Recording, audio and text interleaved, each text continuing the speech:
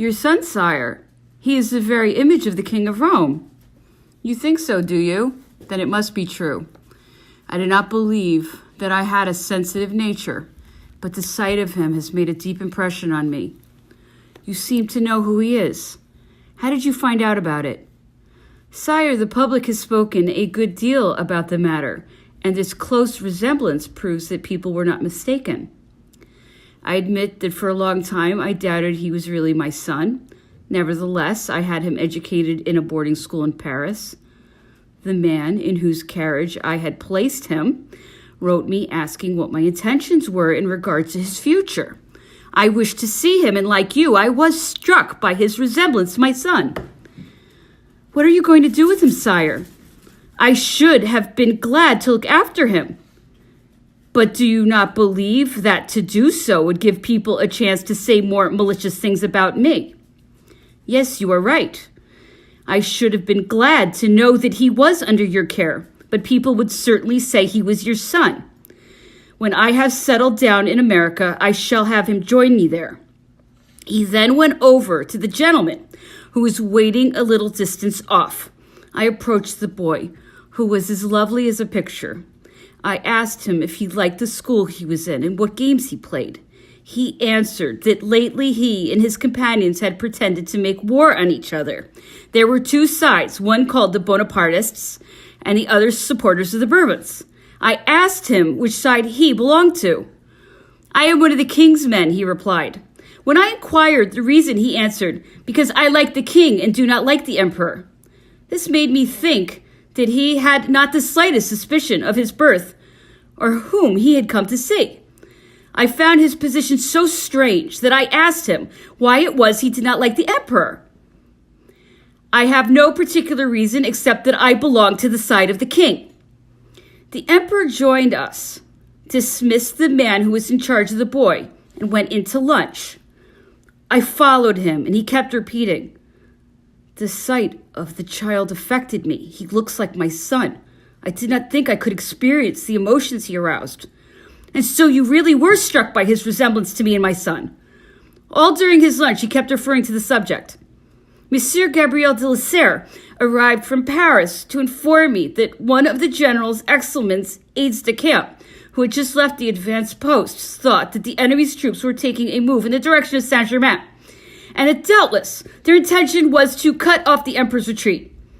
The emperor was in his study. I went in to give him the news Monsieur de la Serre had brought. He sent for him, and in my presence asked him some explanations of what he had just said. On the table was a large map on which pins indicated the position of various army corps. The emperor changed several of them in accordance with what Monsieur de la Serre told him. He inquired the estimated force of the hostile troops that were surrounding Paris, and on receiving the answer exclaimed, "Poor France! To think she must submit to a handful of Prussians!" When I was again alone with the emperor, I ventured to ask him some questions about our position. I inquired if our forces were larger than those of the enemy. "Certainly not," he replied. "But what cannot one do with Frenchmen?" The Duc de Bassano and Monsieur Lavalette were announced, and I withdrew. Several ladies from Paris came out in the evening to say goodbye to him. Madame du Châtel was among them. He received them all in his study, and I did not see him again till the next day. When I awoke, I was told that the young Polish woman, Madame Walewska, had already arrived, accompanied by her children, that she had made her farewells to the emperor and had asked to see me. She was all in tears. I shared her grief and invited her to stay and lunch alone with me so that people might not see her in such a state. I learned on coming down to the drawing room that the Minister of the Navy had come during the night and that the Emperor at last had been granted the right to do what he pleased with the frigates, and consequently nothing further prevented his departure. At that moment he was engaged in examining the carriages chosen for his trip. The persons who were with him came back indignant at the shocking state these vehicles were in. Doubtless the equerry in charge, who had retained his post in spite of the various political upheavals, hoped to make his future equally safe and was already showing his devotion to the next ruler by providing the emperor with the carriages that were the least solid. I suggested he take my traveling carriage, but he declined, wishing to leave in an open calash. He asked me what my plans were. and what means I possessed. I told him that all I had were my diamonds and those of my mother, as the old debts had absorbed her estate. I was planning to retire to Switzerland, where I wished to lead a simple life and had enough money to do this. I added that he had better take a few diamonds with him and that mine were at his service. It was he who had given them to me, and they belonged to him. He consented to take one string, worth about 200,000 francs. He insisted on giving me a note for this amount, although I obstinately refused his doing so, regretting bitterly to be able to do so little for the man to whom I owed everything. Then for the first time, he talked to me about his plans, told me he was going to the United States, and that the only thing those who bore his name had to do was join him there. That is the only way your children can succeed, he said. For if the Bourbons come back on the throne, they will stay there longer than people think. Just then, we heard shouts from the highway. We went to see what was happening. All the people in the chateau joined us. We saw several hundred soldiers facing towards Malmaison, throwing their hats in the air and crying, "Long live the Emperor!" They were being sent to Saint-Germain. The enthusiasm they displayed for the man who was obliged to leave them made a deep impression on all those present. The Emperor seemed touched by it. "It is not cheers, but acts which I need," he said, and at once withdrew to his study. His mother and his family came to receive his farewells. Madame Mère asked me what she could do until the time came when she should go to join her son in America. I suggested that she might return to Paris, believing that she could expect only good treatment from everyone, including even her son's enemies. We could not remain isolated at Malmaison after the Emperor's departure, nor could we, without passports bearing the signature of the Allied sovereigns, risk attempting to make our way through the hostile armies. Proper passports were the only favor we asked. The Emperor of Russia would certainly not refuse such a simple request for something we were entitled to. Madame Bertrand, having made all her preparations for accompanying the Emperor with her husband, arrived from Paris. She insisted with her customary vivacity that he should seek refuge in England, where he would be marvelously well received. She went to see him in his study and told me afterwards that when she expressed her fear of witnessing a naval battle, he had promised not to resist if he encountered English vessels while on the high seas. She gave me further details as to his future plans. He intended to settle in America and to live the life of a private citizen. Hortense is to come there later with her children, he had added. She will make our stay still more agreeable. We urged Madame Bertrand not to attempt to follow her husband immediately, but to wait till he had reached his destination. Her attachment to him, however, caused her to refuse the idea of being separated from him. Her willingness to share the perils of such an expedition could not fail to win our sympathy. Perhaps, too, we felt a little envious of a domestic happiness that made such courage seem quite a matter of course. She and I spent the evening walking about together. The weather was superb, and the stillness of the night was a striking contrast to the inner turmoil we were experiencing. Yet it was difficult, even while we breathed such pure air and let our eyes wander over such enchanting landscapes, to forget that unhappiness and misfortune were so close at hand. We'd been sitting side by side for some time on a rustic bench when we caught sight of the Emperor himself, who had come to join us. He seemed to share the peaceful tranquility that this restful scene inspired, but as he seated himself beside us on the bench, he exclaimed, "Ah, how beautiful Malmaison is! Surely, Hortense, we should be happy if we might only remain here." I could not reply. My voice would have betrayed my emotion. It was the first time I had ever known him to care for any particular place. I was the more surprised because I had never imagined such things would affect him. When men desert us, we turn instinctively to nature, who does not deceive. For who is there who can, without emotion, leave a spot where he has been happy, and which he will never see again, a spot associated in his mind with so many visions of success, fame, fortune, and happiness, a spot where so many hearts have submitted to his spell, whence he has set forth to conquer the world, and where he is spending the last few days that he is allowed to live in his own country before setting out alone, banished from his native soil, to face whatever uncertain fate awaits him overseas. The evening passed as the others had done. We remained in the drawing room talking about the Emperor's trip with the persons who were to accompany him, and he stayed in his study with the Duc de Bassano. The next morning, June 29th, 1815, all preparations were made for the departure. King Joseph arrived early. He was having a private talk with the Emperor when Rousseau, my valet de chambre, brought me a letter from Paris. My entire household was in a state of terror over what had happened to me.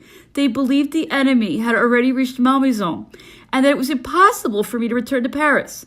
The bridge at Neuilly was already barricaded, and Monsieur de Brac, the young man who had talked to me at the masked ball and who was a major in the Lancers of the Guard, had come to inquire anxiously about me and described the danger we were in at Malmaison, since the enemy's outposts were already encircling the capital. I hastened to the Emperor's study to communicate this news to him. He received it very calmly and declared things were not as alarming as people supposed, but that nevertheless it would be more prudent for me and all the other ladies to return to Paris. Sire, I replied, the only person I'm worried about is you. You should treat this information more seriously because it comes from a brave young officer. My daughter, he answered, we know what war is. Hurry home and take Madame Bertrand with you, for I can do nothing with her husband so long as she is present.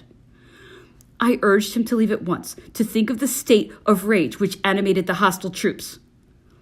The Prussians are leading the advance, I said to him, and you have every reason to fear their violence. What can they do?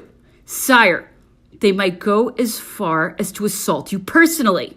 Very well, I shall go then. He answered with an indifferent and resigned air, more to please me than because he realized the extent of the danger. He sent for Monsieur de Resigny, one of the orderlies, and sent him to reconnoiter how far away the enemy were. Monsieur de Flahaut and Monsieur de Lavalette arrived from Paris and confirmed the news I had received. Then, as though the approach of the foe caused him to put away any idea except the danger would threaten France, the Emperor, with an air of deep emotion and a consciousness of what he still could perform, addressed these two gentlemen in the following words, which have impressed themselves too deeply on my mind for me to be able to forget them. Go to the provisional government and tell them that I can still assemble the army. I can halt the enemy's advance and give the provisional government time to negotiate, safeguard the interests of France, and make the allied monarchs recognize her rights and the liberties she is about to lose. I promise on my word as general, as citizen, and as a soldier to leave the country the same day I shall have saved the capital. After having said this, he dismissed them. Meanwhile, the orderly officer Resigny, who had been sent to the bridge of Chateau, had returned. He had arrived at the village of Chateau just after the bridge had been blown up in accordance with the orders from the Minister of War. We saw the flames from our windows, and they proved to us the enemy was really close at hand. The two gentlemen, Flahaut and Lavalette, had scarcely left when I was already anxiously awaiting the return. The delay distressed me, for I had no doubt that the Emperor's offer would be refused, and the danger increased hour by hour. I took him the diamond collar, which he finally consented to accept. I had arranged it and sewn it on a ribbon so that he could wear it as a belt. I attached it myself. Monsieur de Flahaut was announced. He described how his mission had failed. The Emperor said to him, "Why wouldn't they accept? It was because they feared me, wasn't it?" Monsieur de Flahaut replied that the heads of the government feared that the Emperor's presence would prove an additional difficulty during the negotiations and make people doubt their sincerity. He added that he thought that the government was also alarmed at the idea of the Emperor once more being in command of his troops, whom he might not consent to abandon. "Did you repeat faithfully the terms of my promise to leave as soon as I had saved Paris?" "Yes, sire." At this, the Emperor, with a decided gesture, rose from his chair and said, "They refuse. Then let us leave. I have nothing to reproach myself with. I have done my duty to the land. I wish to make a last effort for France. Now she will be sacrificed and placed at the mercy of her enemies." I embraced him, tears in my eyes. He bade me farewell, urging me again to return immediately to Paris and to take Madame Bertrand with me. But she and I resolved that neither of us would leave until we were sure what had become of him. The Emperor spent his last moments talking privately to his brother Joseph. He had put aside his uniform and put on a gray dress coat. Then General Becker, returned from Paris, bringing the same reply as that which Monsieur de Flahault had received, and as his arrival was what everyone was waiting for, the traveling carriages were brought up to the door. The Emperor had with him in his calash General Becker, General Bertrand, and the Duc de Rovigo. In another carriage were Colonel Gergaud, Monsieur de Montholon, de Las Casas, and Lalemant.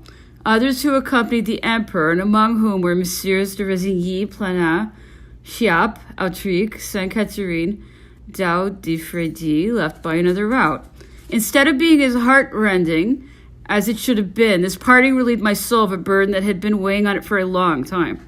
Indeed, I felt that a life which was very precious to me was at last out of danger and free, and would continue to remain so. What a mistake I made! Before returning to Paris, I walked down the handsome gallery at Malmaison, where so many precious art objects were collected. These, in addition to my diamonds, were all the fortune that was left me. At that moment it occurred to me for the first time that here was all my children's inheritance, yet I had entirely forgotten to give any orders to have these objects safely stored away. Entirely absorbed by my thoughts regarding the Emperor's fate, how was it possible for me to think of anything else? Now the Allied troops were too close at hand to give me time to have these paintings taken down and sent to Paris. I made up my mind to risk losing them, if fate so decided, and I hastened to rejoin my children. I set out, accompanied by Madame Bertrand, Madame d'Argisson, and Madame Cavrelli. The latter, although not a member of my household, had come daily to Malmaison to place herself at my disposal, offering to help me in any way that was possible. It was sweet, in these sad moments, to encounter such a spirit of devotion. I was obliged to take a roundabout route to return to Paris and re-enter the capital by way of Saint-Cloud, for the bridge at Neuilly was already barricaded. Madame Bertrand kept talking to us all the time about her trip and her fears regarding her children. I suggested taking charge of her little girl, who was ill, but she could not bear the idea of being separated even momentarily from one she loved.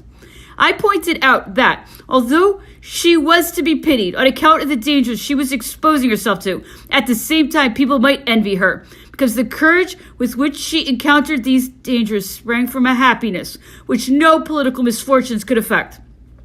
Many sad thoughts suggested themselves to me in connection with the position in which the Emperor now found himself. He had been the messiah of the masses, who, by his force of character, willpower, and military prestige, had summoned the people of all countries to share the riches of the universe. He had obtained for them their share of earthly happiness. As Christ had rescued them from moral slavery, he had freed them from the bonds which prevented all but a privileged few from enjoying those positions and honors which certain castes for centuries had jealously guarded as their own. It is true that before his ascension to the throne, there had been the French Revolution, which had destroyed all social standards, but those excesses, which are necessary in order to clear the air, may in turn, through exhaustion, through hope of benefits too long deferred, through urgent need of rest, lead a nation back to the very conditions against which it rebelled. It was the empire which established the preeminence of personal merit over hereditary rank. No one except the emperor, dictator of social laws of all Europe, could have wrought such a change. This change had proved a success. It had been a complete one. And now there was cause to fear not only the hatred of strangers, natural enough to be sure, but also the hatred of Frenchmen, ungrateful or deluded. This was what broke my heart. This was what made me ashamed of my compatriots. I asked myself whether there was any class of society that had not benefited by his presence.